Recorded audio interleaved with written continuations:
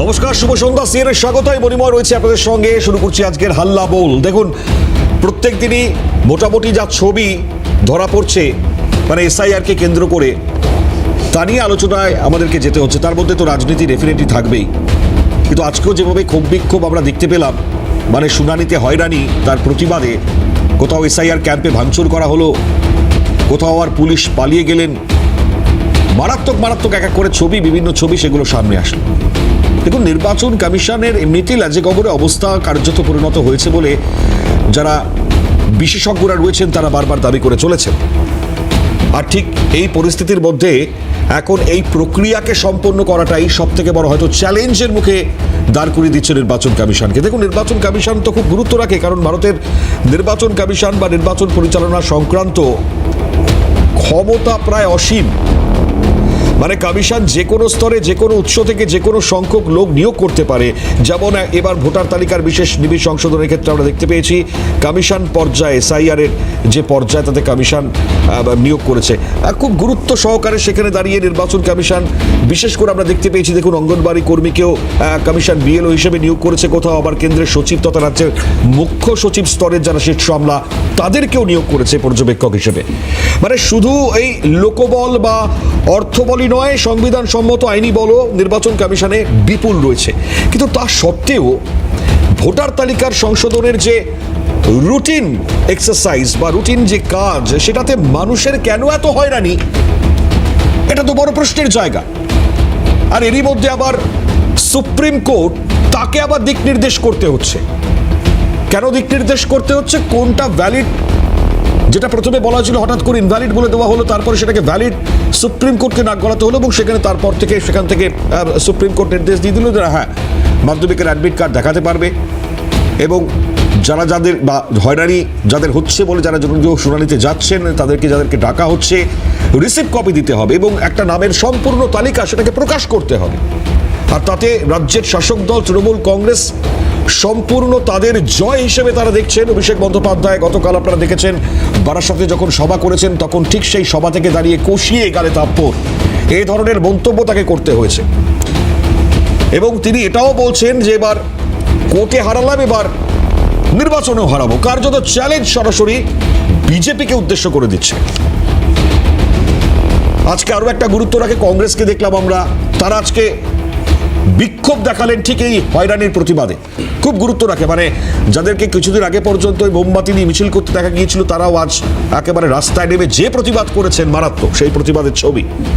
অর্থাৎ সবাই এই মুহূর্তে নেমে গিয়েছেন। আর এর মধ্যে বিজেপি যেটা বলছে খুব গুরুত্ব রাখে, যে একটা প্রক্রিয়া, সেই প্রক্রিয়াটাকে সমস্যার মুখে ফেলে দেওয়াটাই হয়তো মূলত কাজ। এটা শাসক সহ অন্যান্য বিরোধী যারা রাজনৈতিক দল যারা রয়েছেন এই মুহূর্তে, এখন চ্যালেঞ্জ কতটা গুরুত্ব রাখে। আমি শুরুটা করি আজকের ক্ষোভ বিক্ষোভ দিয়ে। আমি প্রথম ছবিটা দেখাই, যেভাবে ভাঙচুর করা হয়েছে। প্রথম ছবিটা যেভাবে এসআইআর ক্যাম্পে ভাঙচুর চলেছে, আমি সেই ছবিটার দিকে একটুখানি নজর রাখবার চেষ্টা করব। আজ গুরুত্ব রাখছে কারণ এসআইআর ক্যাম্পে ভাঙচুরের ছবি। দেখুন সেই ছবি, বাসন্তী, যার ঘটনা ইতিমধ্যে নির্বাচন কমিশন রিপোর্ট তলব করেছে। একদিকে দাঁড়িয়ে সন্দেশখালীতে বিডিও অফিস, সেখানেও ভাঙচুর চালানো হয়েছে। অর্থাৎ এই ভাঙচুরের ছবি আর বন্ধ হচ্ছে না। লাগাতার ওই টায়ার জ্বালিয়ে আপনারা দেখতে পেয়েছেন, ক্ষোভ বিক্ষোভ তো চলছে। এরকম লাগাতার আমি এই মুহূর্তে উইন্ডো করে দেখাচ্ছি আপনাদেরকে। প্রত্যেকটা ছবিতে আপনারা দেখতে পারবেন সাধারণ মানুষ তারা রয়েছেন। আবার যেখানে সংখ্যালঘু সম্প্রদায়ের মানুষজন বলছেন, তারা আবার বলছেন নাকি ইচ্ছাকৃতভাবে তাদেরকে হয়রানি করা হচ্ছে। আমি একটু বক্তব্য শোনাই তাদেরকে কি বলছেন। এসআইআর বিরুদ্ধে, এসআইআর সাধারণ মানুষের যেন উপকার হবে, কিন্তু দেখি যারা 2002 সালে যাদের নাম আছে তাদের নামে নোটিশ এসছে, তার থেকে হয়রানি করা হচ্ছে অযথভাবে। বিশেষ করে মুসলিম অধ্যুষিত এলাকায় বেশি হয়রানি করা হচ্ছে বলে আমরা মনে করছি। আমরা প্রশাসনকে জানাননি, আমরা প্রশাসনকে জানিয়ে ভিডিও সাহেব বলছে আমার কিছু করার নেই, এসডিওকে বলুন। বিশেষ করে মুসলিম সম্প্রদায়কে এখান থেকে বেনাগরিক করার এবং ভোট অধিকার কেড়ে নেবার, ডিভোটার করার একটা চক্রান্ত হচ্ছে। এটা আমরা বরদাস্ত করব না, সাধারণ মানুষ বরদাস্ত করবে না। কি করেছে এই রোড আমরা পথ অবরোধ করেছি যে সাধারণ মানুষকে হ্যারিংয়ে ডাকা হচ্ছে। নির্বাচন কমিশন 2002 সালের লিস্টে নাম আছে, তার সত্ত্বেও হ্যারিং ডাকা হচ্ছে। সাধারণ খেটে খাওয়া মানুষ সে কাজ কমাই করে দিচ্ছে, তার জন্য ভিডিও না যদি আসার পথ না যদি আসে আমরা পথ অবরোধ ছাড়বো না। যাচ্ছে একটা, এটা বুসকালে যাচ্ছে, কোনাপাড়া, এটা বর্ধমান, আর এটাকে ভাতা। নির্বাচন কমিশন আমাদেরকে এখানে বারবার নাম পাঠাচ্ছে কেন? গতকালও পাঠিয়েছে, আজকেও পাঠাচ্ছে। মানুষের তো এখন প্রশ্ন হচ্ছে এই হয়রানি কবে বন্ধ হবে, প্রক্রিয়া তার সম্পন্ন আদৌ কি সঠিকভাবে হবে? অনেকগুলো প্রশ্ন নিয়ে অবশ্যই আজকে শুরু করবো আমাদের এই হাল্লা বল অনুষ্ঠান। যারা উপস্থিত রয়েছেন পরিচয় করে দিয়ে আমাদের সঙ্গে রয়েছেন অরিজিৎ বক্সি, বিজেপি মুখপাত্র। অরিজিৎ দাকে স্বাগত। আমাদের সঙ্গে রয়েছেন সিপিআই নেতা সৈকত গিরি, সৈকতকে স্বাগত। আমাদের সঙ্গে রয়েছেন চন্দন ঘোষ চৌধুরী, কংগ্রেস মুখপাত্র, চন্দন দাকে স্বাগত। আর দূরাবাস থেকে রয়েছেন আমাদের সঙ্গে তৃণমূল কংগ্রেস মুখপাত্র কৃষাণু মিত্র। কৃষাণু দা, স্বাগত আপনাকেও। আমি কৃষাণু দা আপনার কাছে আসি আগে, মানে খুব স্বাভাবিক, মানে অভিষেক বন্দ্যোপাধ্যায় গতকাল যে বার্তা দিয়েছেন তা তো আমরা শুনেছি, কিন্তু প্রসঙ্গ হচ্ছে যে হয়রানি আমরা বারবার দেখতে পাচ্ছি। মানুষ প্রশ্ন তুলছেন যে হয়রানি কবে বন্ধ হবে, মানে ভোটার তালিকার সংশোধন নিয়ে এরকম বিপর্যস্ত অবস্থা উত্তক ছবি। দেখুন, কমিশনের উদ্দেশ্যটা কি ছিল? কমিশন তো এই হয়রানিটাই চেয়েছিল। তার কারণ হচ্ছে নিয়ম আইন মেনে, সংবিধান মেনে যদি মরা মানুষের নাম কাটতে হয়, যারা অন্যান্য জায়গাতে স্থানান্তরিত হয়েছে তাদের নাম কাটতে হয়, এটা তো নর্মাল, প্রত্যেক বছরই হওয়ার কথা। তো এইটা করার অজুহাতে আপনি সাধারণ মানুষের যদি হয়রানি হয়, এবং যে হয়রানিটা খুব উদ্দেশ্য প্রণোদিতভাবে করা হচ্ছে, যেমন সারা ভারতে মাধ্যমিকের সার্টিফিকেট সেটা গ্রাহ্য, বাংলার ক্ষেত্রে বিশেষভাবে তারা বলল গ্রাহ্য নয়। সারা ভারতে মৃত মানুষ, স্থানান্তরিত মানুষ, অন্যান্য যা যা তালিকাভুক্ত আছে, আইনত তালিকাভুক্ত, সেইগুলো যেরকম আছে লিস্টে, বাংলাতে একটা অদ্ভুত অক্সিমরন টার্ম তৈরি হলো, লজিক্যাল ডিসক্রিপেন্সি। এটা কি লজিক্যাল ডিসক্রিপেন্সি বলতে আপনি কি বলে, আপনাকে তো ডিফাইন করতে হবে, আপনাকে তো একটা ডেফিনেশন দিতে হবে। নির্বাচন কমিশন ডেফিনেশন দেবে না। আচ্ছা, তালিকা দিন যে কাদের নাম আছে লজিক্যাল ডিসক্রিপেন্সি, এবং তালিকাটা যখন নির্বাচন কমিশন বলছেন 1,36,00,000, অনেক বড় তালিকা, কিন্তু তারা গায়ের জোরে তালিকা দেবে। তার মানে এই যে একটা গ্রে এলাকা, এই যে ধোঁয়াশার জায়গা, এই যে ঢোকানোর প্রবণতা নির্বাচন কমিশন, এর জন্য মানুষের মধ্যে ক্ষোভ সঞ্চার হচ্ছে। আপনি যদি কোনো ব্যাপারটা ট্রান্সপারেন্ট রাখে, এটা আইনি, এটা সরকারি ব্যাপার, এটা তো সংবিধান প্রদত্ত কাজ করছে নির্বাচন কমিশন, তাহলে এই লোকাবার প্রবণতাটা কেন হচ্ছে? তার কারণ হচ্ছে তলায় তলায় অভিসন্ধিটা আলাদা। ঠিক অভিসন্ধিটা কবে থেকে শুরু হয়েছে? অভিসন্ধিটা সেই দিন থেকে শুরু হয়েছে যেই দিন এই নির্বাচন কমিশনটাকে বিজেপি হাইজ্যাক করেছে।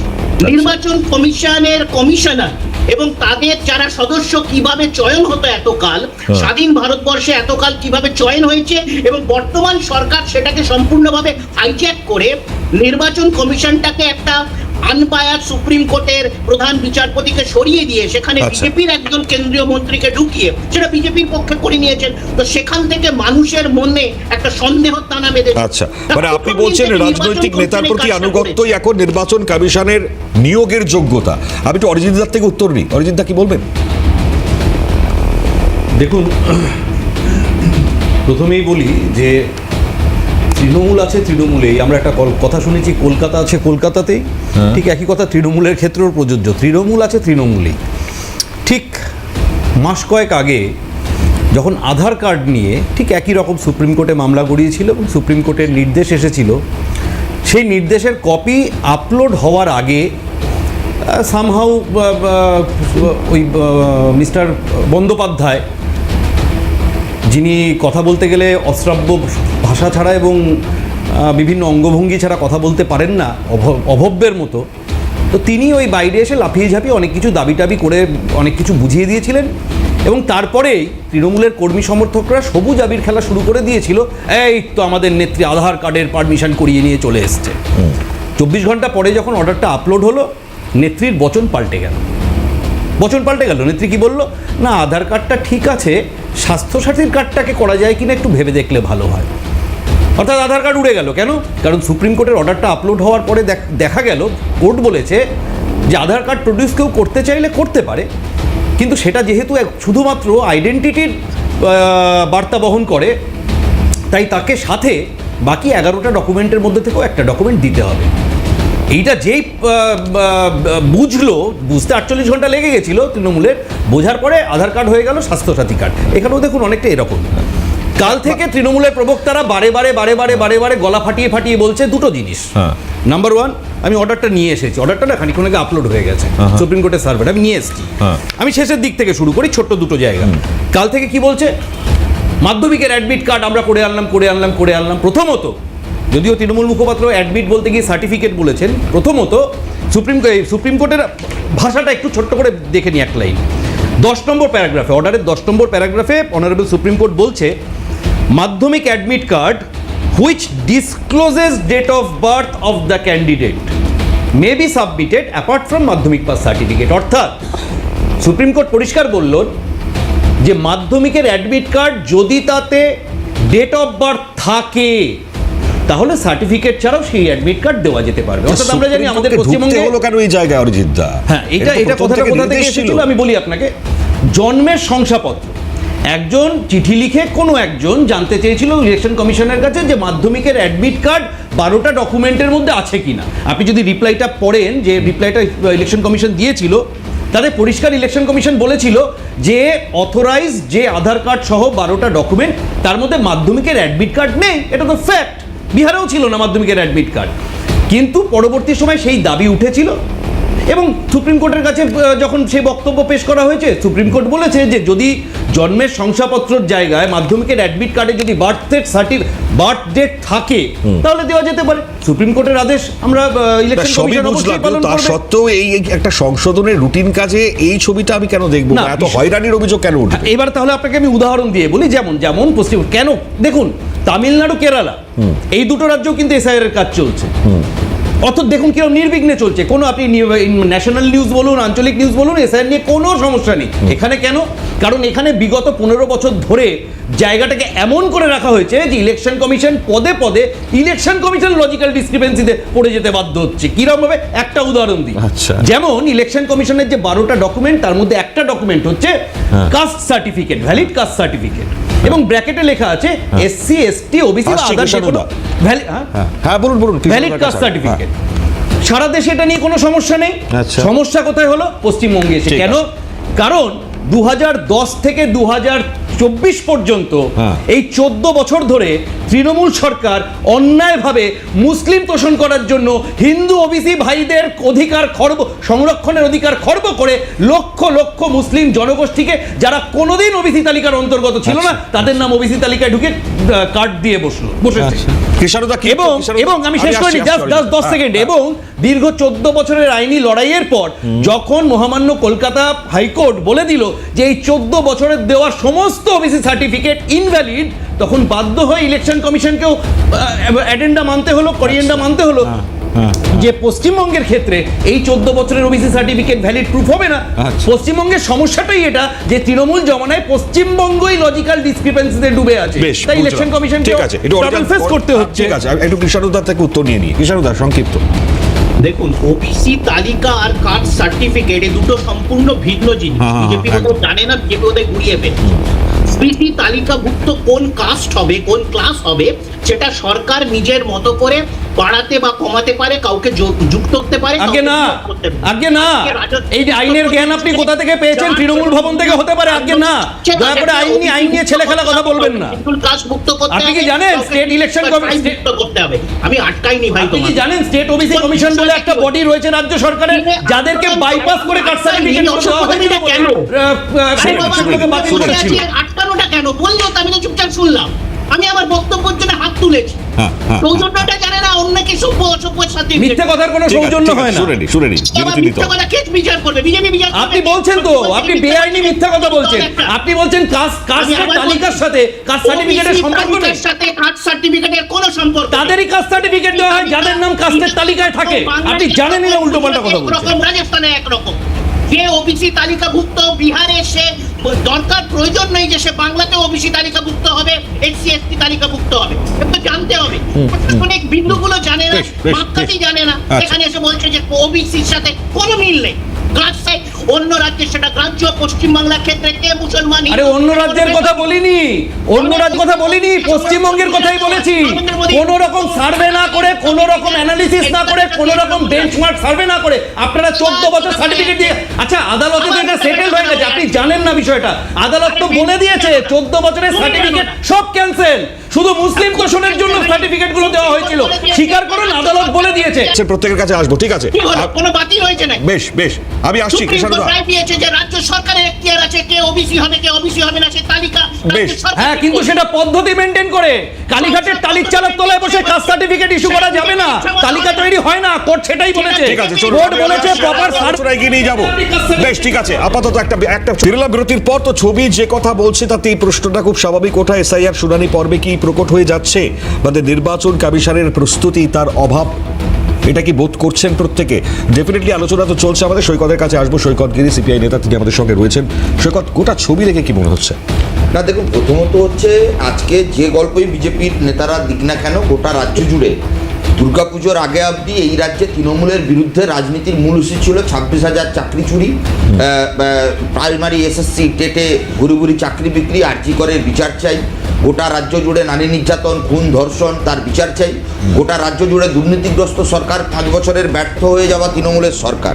হঠাৎ করে পুজোর পর কি এমন হলো যে ভারতীয় জনতা পার্টি লাফাতে দিল্লি থেকে এসে চিৎকার শুরু করে দিল যে এই রাজ্যে আমরা এসআইআর করবো, এসআইআর করে আমরা এই রাজ্যে সরকারে আসব। রোহিঙ্গা খুঁজে পাওয়া যাবে, বাংলাদেশি খুঁজে পাওয়া যাবে, অনুপ্রবেশকারী খুঁজে পাওয়া যাবে, বেছে বেছে মুসলমান তাড়ানো হবে, বাংলাদেশের ওপরে ছুঁড়ে ফেলা হবে, নাচতে নাচতে ধেই করে বিজেপি এই রাজ্যে ক্ষমতা দখল করবে। রেজাল্ট কি দেখলাম এতদিনে? না, গোটা রাজ্য জুড়ে একের পর এক জায়গায় জনরোষ আছড়ে পড়ছে, সাধারণ মানুষের ক্ষোভ তৈরি হচ্ছে।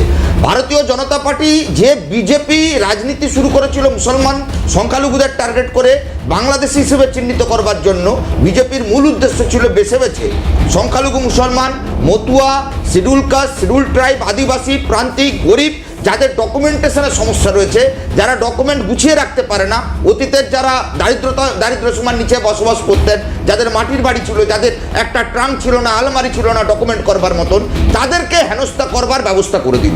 তৃণমূল কংগ্রেস কি করলো? এসআইআর এর মধ্যে বুথগুলোতে তৃণমূলের নেতারা দাদারা নেমে গেলেন।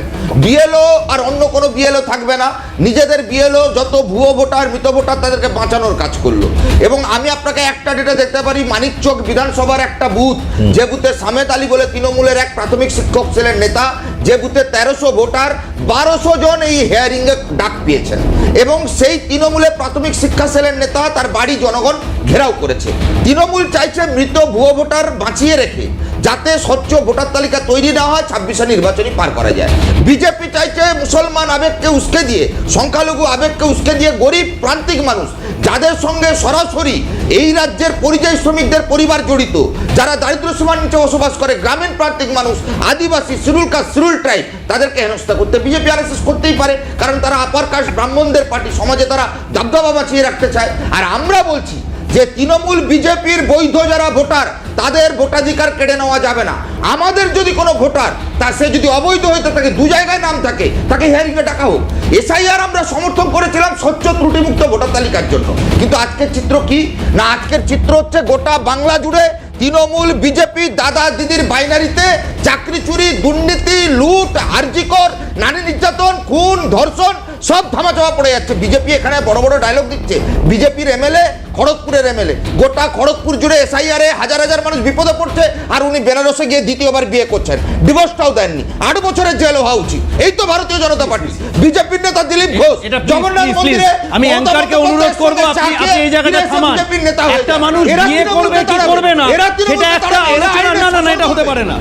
এইভাবে আলোচনা চলতে পারে না। আমি আবারও বলছি, না ঠিক এটা আমি ধিক্কার জানাচ্ছি। না প্লিজ প্লিজ, আপনি ঠিক আবার আপনি বলুন, আমি আপনাকে ইন্টার করি। আপনি একটা মানুষের ব্যক্তিগত জায়গাতে কিভাবে শাসন করতে পারেন না? What is the issue? ইস্যুটা কি?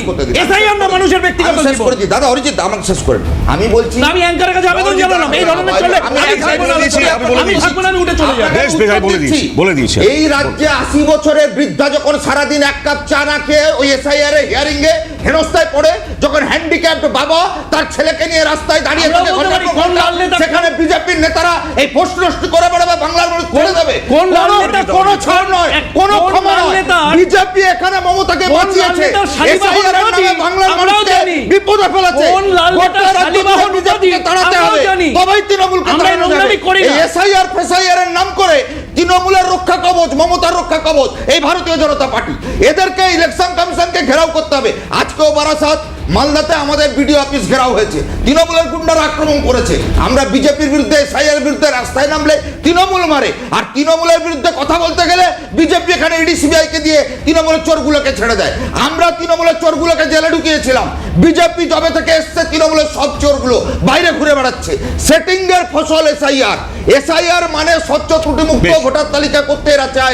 তৃণমূলের প্রসঙ্গে চলে যাচ্ছে, আমি আসছি সবার কাছে। চন্দনদার থেকে আগে ডেফিনেটলি শুনবো, কারণ চন্দনদারাও আজকে প্রতিবাদে পথে নেমেছিলেন। ছবিটাও দেখাতে বলবো আমরা। কংগ্রেসের প্রতিবাদ, বৃহত্তর আকারের একটা প্রতিবাদ আমরা দেখতে পেয়েছিলাম আজকে কংগ্রেসের তরফ থেকে। তারা গিয়েছিলেন এবং প্রতিবাদ দেখিয়েছিলেন, বক্তব্য পেয়েছি একই সঙ্গে দাঁড়িয়ে। ছবিটাও দেখাই আপনাদেরকে। এই ছিল সেই প্রতিবাদ, এবং এই প্রতিবাদ সম্পর্কে আমি একেবারে শুরুতে বলছিলাম যে যেখানে কংগ্রেসকে আগে লাগাতার মোমবাতি হাতে নিয়ে আমরা দেখতে পেয়েছিলাম প্রতিবাদে, কিন্তু এবার তাদের স্বর আরো জোরালো করেছেন। চন্দ্রদার থেকে প্রাথমিক রিয়াকশন ডেফিনেটলি নেব, কারণ সৈকত যা বলছে এখানে, আবারও বলছি কোনো জায়গায় ব্যক্তিগত আক্রমণ কেউ কাউকে করবেন না প্লিজ। এটা প্লিজ সৌজন্যতা রেখে আমরা প্রত্যেকের কাছে যাব। চন্দনদা কি বলবেন, আপনাদের এই জায়গা থেকে দাঁড়িয়ে ঠিক মানে নামতে হবে তাই নামলাম এরকম মনোভাব, নাকি না সত্যি কিছু একটা দেখাবেন এরকম একটা ভাব? দেখো, পরিষ্কারভাবে একটা কথা বলি, আমরা এখানে শূন্য, সুতরাং কি অপটিক তৈরি করব সেটা মানুষ যেভাবে অপটিকটা নেবে সেটার উপর ডিপেন্ড করছে। কারণ এখানে আমরা কখনোই মাইটিলি বলতে পারি না 250টা সিট নিয়ে আমরা বিধানসভায় সরকার গঠন করব, আবার অ্যাট দি সেম টাইম আমরাই সরকার গঠন করব জাস্ট এই বছরের মাঝামাঝি সময় দেখবেন কোন সরকার। এটা কেন্দ্রীয় মন্ত্রীদেরও স্টেটমেন্ট আছে, আমি ওই প্রসঙ্গে যাচ্ছি না। আমি না একটা পরিষ্কার কথা বলি, ক্লাসিক্যাল ম্যাপিং অফ ভয়েসে একটা জিনিস মানে সমান্তরালভাবে গ্রহণযোগ্য। ক্লাসিক্যাল সিঙ্গিংয়ে হাই পিচটা যেমন একটা ঘটনা, লো পিচটাও একটা ঘটনা। তার কারণ তোমাকে কম্বিনেশন করতে হবে। ইন্টারেস্টিং ফ্যাক্ট হচ্ছে, আমি কয়েকটা সিনড্রোমকে সামনে রাখি। ধরো নাম্বার 1 সিনড্রোম আমরা দেখেছি 8 PM সিনড্রোম। আমি ও প্রসঙ্গে আর যাচ্ছি না, সে ডিমনিটাইজেশনের সময় থেকে চলে আসে। কিন্তু ডিমনিটাইজেশনের ওই মুহূর্তে একটা নতুন সিনড্রোম চালু হয়েছে, অনেকেই হয়তো মাথায় রাখেননি। সেটা হচ্ছে রিজার্ভ ব্যাঙ্ক অফ ইন্ডিয়ার এবং তার গভর্নরের কি অবস্থা হয়েছিল। উর্জিত প্যাটেল তার নাম। আমি তোমাকে কেন বলছি এই প্রসঙ্গ, ঠিক তার পরবর্তী সময় ইডিতে এবং সিবিআই, তোমার মনে আছে at the stroke of midnight hours সেখানে অলোক বর্মাকে সরিয়ে রাকেশ আস্তানাকে বসানো হয়েছিল। কোর্টের নির্দেশে 24 ঘন্টার মধ্যে তাকে সরিয়ে দিতে হয়। এই যে মানসিকতা, আমি তোমাকে কেন বলি, ঠিক উল্টো দিকে তুমি মনে রেখো কোনো একটা সময়ের আগের নির্বাচনে মহারাষ্ট্রে যখন উদ্ধব ঠাকরে মন্ত্রিসভার শপথ নেওয়ার আগে মাঝরাতে একটা সরকার গঠন হয়ে গেছিল তুমি জানো, এবং সেই সরকারটাকে 24 ঘন্টাও টেকা যায়নি। তার কারণ এটা বেআইনি ছিল এবং রাজ্যপালের উপস্থিতিতে ঘটনাটা ঘটেছিল। আমি তোমাকে কেন এই আঙ্গিকগুলো বলছি, অর্থাৎ কন্টামিনেশন যাকে বলে, অর্থাৎ পাপ চক্রের মধ্যে যখন একটা শাসন ব্যবস্থা জড়িয়ে পড়ে তখন যে কারণগুলো প্রকাশ্যে চলে আসে তার সূত্রপাত কোথায় হয়েছিল। আমি তোমাকে এই কারণে এই কথাটা বলছি, একেবারে শুরুতে যদি আমরা দেখি যেটা কৃষাণু বলছে, আমরা তো একই কথা বলেছি। তার কারণ কৃষাণু যে কথা বলেছেন আরও বৃহত্তর কনটেক্সটে এই কথাটা বলছি। আজকে নির্বাচন কমিশনার মুখ্য যিনি নির্বাচিত হলেন, তিনি নির্বাচিত না হয়ে মনোনীত হলেন। তার কারণ সিস্টেমটা 2023 এইভাবে তৈরি হয়েছিল। দ্বিতীয় প্রশ্নটা হচ্ছে, অর্থাৎ তুমি ঘুণের যে ব্যবস্থা, সেই ব্যবস্থা একেবারে সেই ডিমনিটাইজেশনের সময় যেটা আমাদের রিজার্ভ ব্যাঙ্কে করা হয়েছিল, প্যারালাইজেশন অফ পাওয়ার, সেটা ঠিক একটা নতুন রেপ্লিকা তৈরি হলো 2023-এ। এবং তুমি জানো আজকে এসআইআর ঘিরে আমরা যত চিৎকারই করি, আমরা যত ক্লাসিক্যাল সিঙ্গিংই করি, আলটিমেটলি এসে দাঁড়াচ্ছে ওই একটা বিভৎসতা, একটা হাহাকার, যার মধ্যে দাঁড়িয়ে আজকে মানুষগুলোকে তুমি দেখছো কিভাবে বঞ্চিত হচ্ছে, কিভাবে হেনস্থা হচ্ছে, কিভাবে মৃত্যু ঘটছে, কিভাবে মানসিক বিকারগ্রস্ত হয়ে পড়ছে। এবং এটা করছে কারা? সেই পলিসি, যে পলিসি একটা সরকার গণতান্ত্রিক ব্যবস্থাকে স্ট্যাবলিশ করে। আমি তোমাকে বলতে চাইছি, গণতন্ত্র কি? For the people, of the people, by the people. এই হচ্ছে গণতন্ত্র। সরকার এক, সরকারের নিয়ন্ত্রিত সংস্থা এক, যাকে স্বয়ংশাসিত হতে হবে, তার বদলে সেটা মনোনীত সংস্থা। আর তারপরে রাস্তায় দাঁড়িয়ে আজকে মানুষগুলোর বিপদগ্রস্ততা। তুমি আমাকে যে প্রশ্নটা করেছিলে, এই কংগ্রেস আজকে রাস্তায় কেন আজকে নয়, এটা আমরা প্রথম থেকে আছি। তুমি রাহুল গান্ধীকে রেপ্লিকা হিসেবে ব্যবহার করো, অপটিক তৈরি করো। আজকে যারা চিৎকার করে এসআইআর এর বিরুদ্ধে বহু আগে পাওয়ার পয়েন্ট প্রেজেন্টেশন করে বুঝিয়ে দেওয়া হয়েছে। আমি তোমাকে বলি এসআইআর শুরুরও আগে, কারণ কর্ণাটকের নির্বাচন, মহারাষ্ট্রের নির্বাচন, হরিয়ানার নির্বাচনে আমরা স্পেসিফিক ক্লজেস দিয়ে আমরা নির্বাচন কমিশনারের কাছে গেছি, খুব স্বাভাবিক, না, SIR নিয়ে মনোনীত তো একটি রাহুল গান্ধী সংস্থা, বিহারে বিশেষ অনেক কোনো কিছু কাজ করেছে। হবে না বিহারে। এখন কিন্তু তারপর প্রশ্নটা কি তোমাকে হলো? একটা কথা বলি, গণতান্ত্রিক সাবেক অবস্থাটা কি জানো? গণতন্ত্রে আমি তোমাকে বারবার বলছি, look, I am elected to the parliament, cannot be the answer. তোমাকে আমি পরিষ্কারভাবে একটা কথা বলি, আজকে যদি এই প্রসঙ্গটা আসে 2016 কথা মাথায় রেখো, মুখ্যমন্ত্রী দাঁড়িয়ে যদি যখন বলেছিলেন যে যারা যারা দুর্নীতিগ্রস্ত প্রমাণিত হয়েছে, আমি যদি আগে জানতাম তাদের নমিনেশন দিতাম না। উনি পরবর্তী সময় শুধু জিতিয়েছেন তা না, বুঝলাম। তিনি মন্ত্রিত্ব দিয়েছেন। আমি বলছি ঘুণের যে ব্যবস্থা একটা অপরকে ফিট করছে। আমি তোমাকে এখানে বলে শেষ করি, একটা নতুন ইভেন্ট আছে ম্যানেজমেন্টে, যেটা নতুন শুরু হয়েছে, আমি তার সাথে ইনভলভড আছি, সেটাকে বলে CXO, বলে না CEO, CFO, CXO, chief experience officer. এটার কাজটা কি জানো? একেবারে জনগণের জায়গায় বসে এক্সপেরিয়েন্স করতে হবে জনগণ কি চায় এবং সরকার কি কোন কারণে ঠিক আছে, প্রতিশ্রুতিবদ্ধ, কিন্তু- কি চায়। আজকে বলি, আমাদের এই আন্দোলন ছিল CXO আন্দোলন, একেবারে জনগণের ভয়েসে ভয়েস মিলিয়ে, একেবারে চোখে চোখ রেখে আন্দোলন করা। মানুষ হেনস্থা হচ্ছে গণতন্ত্রে, মানুষ বিপন্ন। যে দেশ শাসনের ক্ষেত্রে কংগ্রেসের ভূমিকা, গণতন্ত্র প্রতিষ্ঠার ক্ষেত্রে কংগ্রেসের ভূমিকা, কিন্তু তারপরও সেখানে আক্রমণ যখন বেশ কংগ্রেস- অরিজিৎদা বলবেন ডেফিনেটলি বিজেপি এবং তৃণমূলের আন্দোলনের সেই স্বরে কি চাপা পড়ে যাচ্ছে কিনা আমি জানি না এই আন্দোলনগুলো, সেটা অবশ্যই পরবর্তীতে আমি আসবো আলোচনার সাপেক্ষে। ফিরলাম বিরতির পর, আমি যাবো অবশ্যই আলোচনায়। তার আগে গতকাল অভিষেক বন্দ্যোপাধ্যায় তার প্রসঙ্গটাকে উত্থাপন করি, কারণ তার পাল্টা রিয়াকশন দিলীপ ঘোষ দিয়েছেন। আমি সেই দুটো বক্তব্য আগে শোনাই, শুনে আমি আলোচনায় আসবো। শোন। তাহলে কার ক্ষমতা বেশি, মোদিজি 10 কোটি মানুষ না বিজেপির জমিদার, বহিরাগত জল্লাদ না খেটে খাওয়া মানুষ? আজকে কোর্টে হারালাম, এপ্রিলে ভোটে হারাবো, তৈরি থাকো। যাদের সরকার আসার পর থেকে কোর্টে হেরে আসছে চিরদিন, তারাও কোর্টে হারার কথা কি বলছে? সেজন্য ওই কথা না বলে কোর্টকে অস্বীকার করে, সংবিধানকে অস্বীকার করে, নির্বাচন কমিশনকে অস্বীকার করে যারা রাজনীতি করছে, সাধারণ মানুষ আর তার ভাববে উনি চিৎকার চেঁচামেচি করে। বিহারে তো অনেক চিৎকার চেঁচামেচি হয়েছিল, 3-4 জন যুব মেলে 3 ইডিয়টস আমরা দেখলাম ওখানে কিরম হলো, আর পরিণাম কি হলো? যেন অহংকার আর এইসব কথাবার্তা রাজনীতি বেশিদিন চলে না। কৃষ্ণদা, আমি আপনার কাছেই আসি, কারণ বিহারেও তো অনেক চিৎকার চেঁচামেচি হয়েছিল, কিছু আলটিমেটলি সেটা বলছেন দিলীপ ঘোষ। তো যে বার্তা, তার পাল্টা বার্তা এটা আসছে সামনে, কিভাবে দেখছেন আপনি? দেখুন, গরম গরম বক্তৃতা এবং মানুষকে মেরে দেব, কেটে দেব, থান পাঠাবো, বিধবা করে দেব, অনাথ করে দেব, যার রাজনৈতিক ভিত্তি, তার মুখের জ্ঞান বাংলার মানুষ অ্যাটলিস্ট শুনতে চায় না। হলো যে বিহারে কি হয়েছে, বিহারে তো তৃণমূল লড়েনি। মহারাষ্ট্রে কি হয়েছে আমি জানি না, মহারাষ্ট্রে তৃণমূল লড়ে।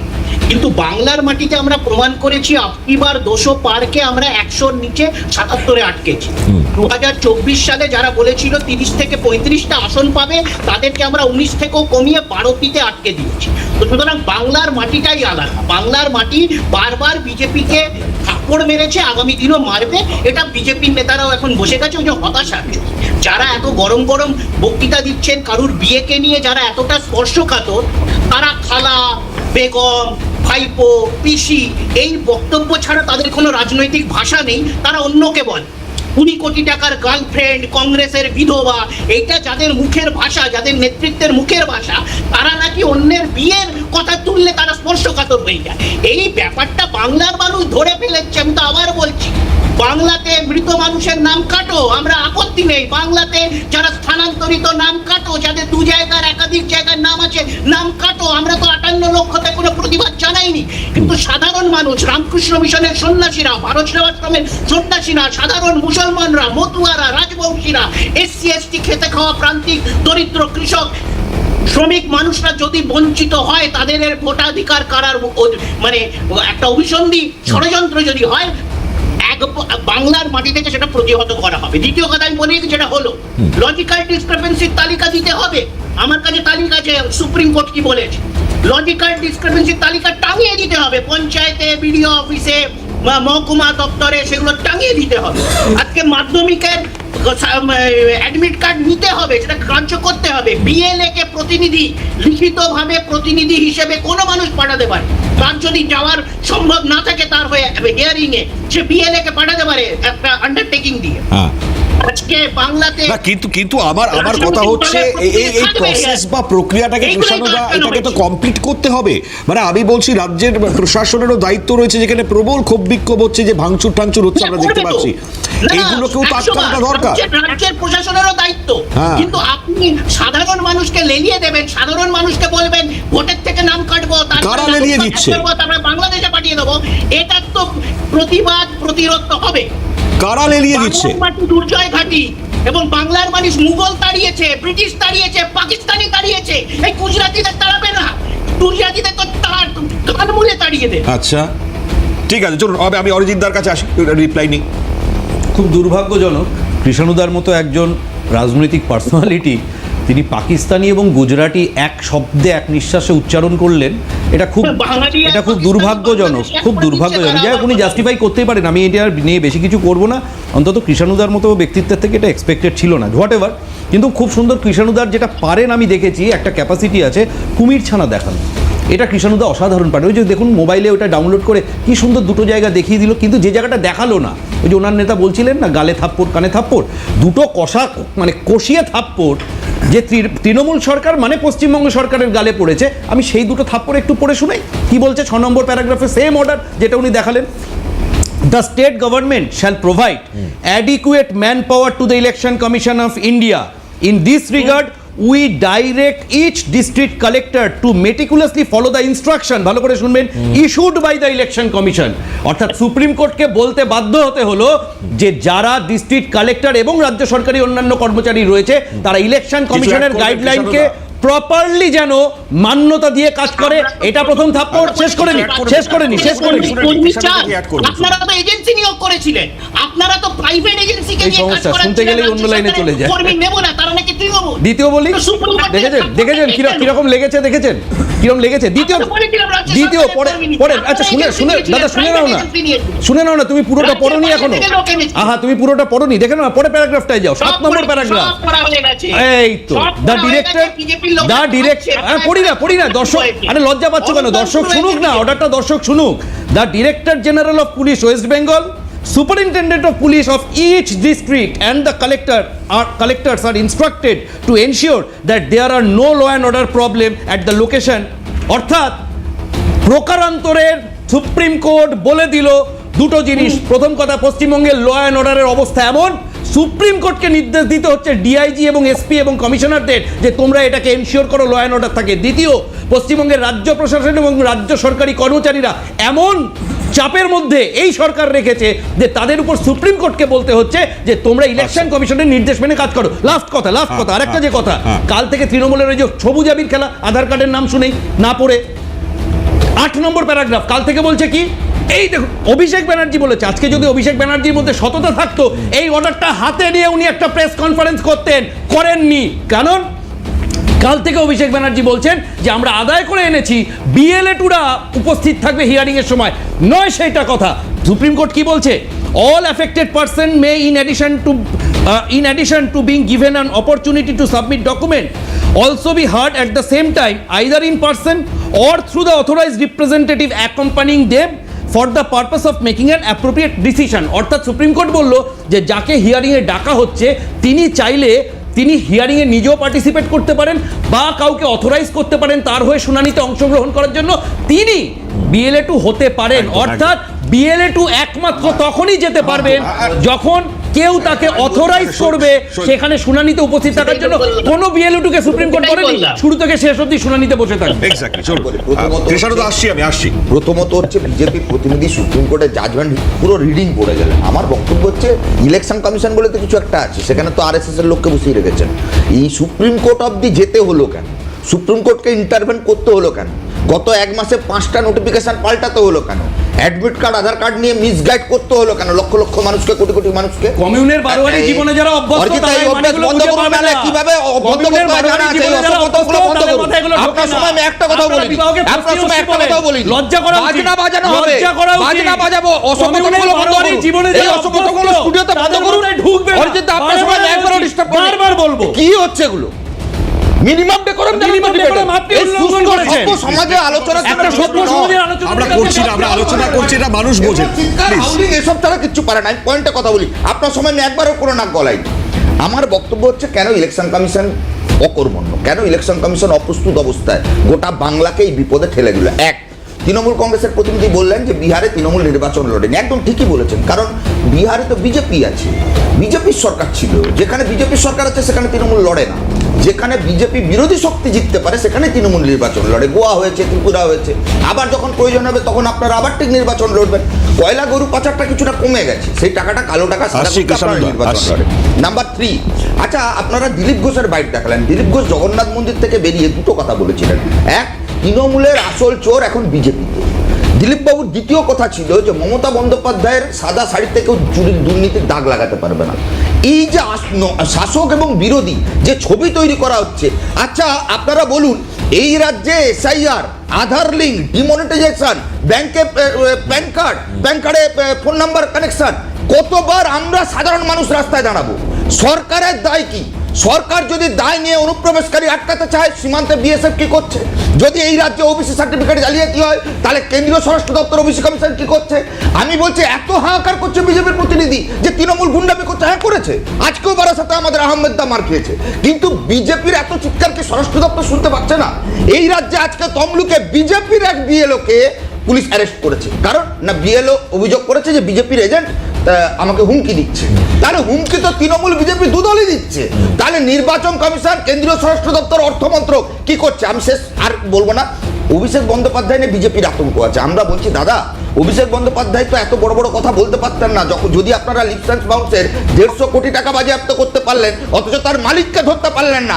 এখানে চিৎকার করে লাভ নেই, ওপরে আপনার সেটিং আছে, এমএলএদের দল কেনা বেচার হয়, মিস কল দেয় অভিষেকের হাইপ্যাকের অফিসে।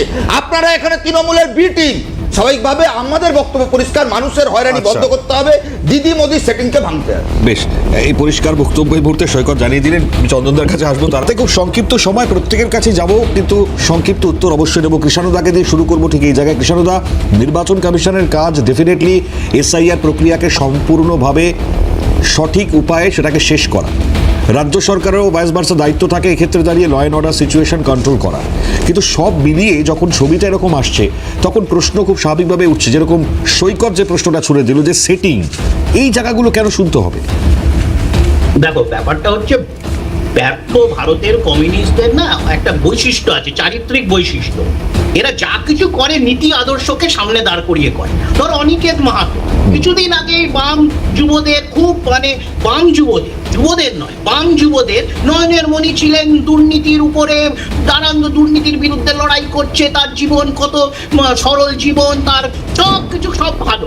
হঠাৎ উনি 2-4টে কথা বললেন, কিছু একটা তার দলীয় অবস্থান নিলেন, অমনি তিনি প্রতিক্রিয়াশীল, তিনি দালাল, তিনি সমাজকে ক্ষয় করছেন, বাম রাজনীতিকে তলানিতে নিয়ে যাচ্ছেন তৃণমূলের দ্বারা। তো বামেরা যেরকম প্রজ্জন রামান্না ঘোষিত ধর্ষক, 1000 মহিলাকে ধর্ষক করেছে, যে প্রজ্জন রামান্না এখন বিজেপির জোট সঙ্গী, বিজেপি তাকে বাঁচাচ্ছে। কিন্তু কর্ণাটকের নির্বাচনের সময় কংগ্রেসের বিরুদ্ধে এই প্রজ্জন রামান্নার দলের সাথে এই কমিউনিস্টরা কাঠছড়া বেঁধেছিল, এবং সেখানে কর্ণাটকাতে বিজেপিকে হাত শক্ত করার জন্য, কংগ্রেসকে দুর্বল করার জন্য তারা লড়েছিল। কিন্তু এই তথ্যটা তারা চেপে যান। রাজস্থানে বিজেপি দালালি করেছে, বিজেপি রাজস্থানে কংগ্রেসকে হারাবার জন্য এই কমিউনিস্টরা প্রত্যেক জায়গাতে বিজেপির দালালি করেছে, যেখানে তাদের একটু হলেও শক্তি আছে। তো এরা সব জিনিস করে। কেরালাতে কি হচ্ছে? কেরালাতে বিজয় নিজের মেয়েকে বাঁচাবার জন্য অমিত শাহ পায়ে পড়ে ন্যাশনাল এডুকেশন পলিসি, এই ন্যাশনাল এডুকেশন পলিসি নিয়ে এই সিএনএন শোতে কত জ্ঞান দিয়েছে সৈকতরা। কিন্তু তলে তলে কেরালে ওদের একমাত্র সরকার, সে মেনে নিয়েছে তৃণমূলের এমএলএ ক্যান্ডিডেট কোন দলে? ঋতব্রত কোন দলের এমপি? কারা নাথুরামকে পুজো করে আজকে তৃণমূলের গুণগান গাইছে? কারা আরএসএস কে দুর্গা বানিয়েছে, আরএসএস এর দুর্গা? কারা এখানে গডসের মূর্তিতে মালা পরিয়েছে, কারা এখানে ধর্মান্তকরণ করিয়েছে, কারা আরজি করের ধর্ষকদের বাঁচানোর চেষ্টা করেছে, কারা ধর্ষকদের তৃণমূলের নেতারা দিয়েছে, কারা পার্ক স্ট্রিটের ধর্ষিতের চরিত্র নিয়ে প্রশ্ন করেছে। তৃণমূল আবার নারী নির্যাতন ধর্ষণ নিয়ে কথা বলবে। যারা উই ওয়ান্ট জাস্টিসের স্লোগানকে মানতে চায় না, যারা প্রকাশ্যে অপরার মায়ের কপাল ফাটায়, তাদের মুখ থেকে নারী নিরাপত্তার কথা শুনতে হবে, তাদের মুখ থেকে শুনতে হবে। ক্লাসিক্যাল দালাল মিত্রকিন আর্কাইভে এদের মুখোশ খুলে দিয়েছে। আরে দাদা, তোমার দলে কেরালার একমাত্র নেতা বিজেপিতে, ত্রিপুরায় তোমার একমাত্র কাউন্সিলর বিজেপিতে, তোমার গোয়ার তৃণমূলের নেতা বিজেপিতে, তোমার গোয়ার রাজ্যসভার এমপি বিজেপিতে। তোমরা আবার আমাদের জ্ঞান দেবে? তৃণমূলের কাছ থেকে কমিউনিস্টদের বিজেপি বিরোধিতা শিখতে হবে। 3 বার ঘর করেছো বিজেপির সঙ্গে, এসআইআর করেছো, ওয়াকআপ করেছো। এই রাজ্যে এসআইআর ওয়াকআপ তোমাদের জন্য হয়েছে। মোদির দালালি করছো তোমরা, বিজেপির দালালি করছো। বিজেপিকে নেতা সামনে দাও। বেশ, সবার সংক্ষিপ্ত। দাঙ্গাবাজ বাবু বেশ, চন্দনদার কাছে আসবো, কৃষ্ণদা।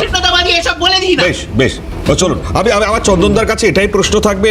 আমি চন্দনদা বলছি, লোকবল অর্থবলই নয়, শুধু সংবিধান সম্মত জায়গায় আইনি বলও নির্বাচন কমিশনের রয়েছে, তারপরেও তারা চাইলে এসআইআরকে খুব সুন্দর সুষ্ঠুভাবে করতে পারে। কেন করতে পারছেন না? কোথায় সমস্যা?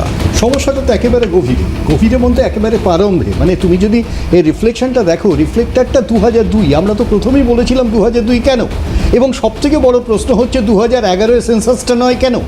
আলটিমেটলি তুমি জানো না সাইজ অফ পপুলেশনটা কি, অথচ তুমি পপুলেশন নিয়ে খেলছো। ইনফ্যাক্ট প্রশ্নটা এখানে এসে দাঁড়াচ্ছে যে আমি প্রথম দফা এটাই বলেছি, ইলেকশন কমিশন মনোনীত, সুতরাং তারা যেটা করবে তার দায়বদ্ধতা বিজেপিকে নিতে হবে, যেহেতু সিলেকশনটা তারা করেছে। অ্যাট দি সেম টাইম আমি বিশেষভাবে যেটা বলি, 2011 থেকে 2021 এই দায়বদ্ধতা কেন এলো না? এসআইআর করার আগে একটা জনগণনার প্রয়োজন আছে। জনগণনার সাইজ তুমি জানো না, এবং আলটিমেটলি এখানে এসে দাঁড়াচ্ছে কোথায়?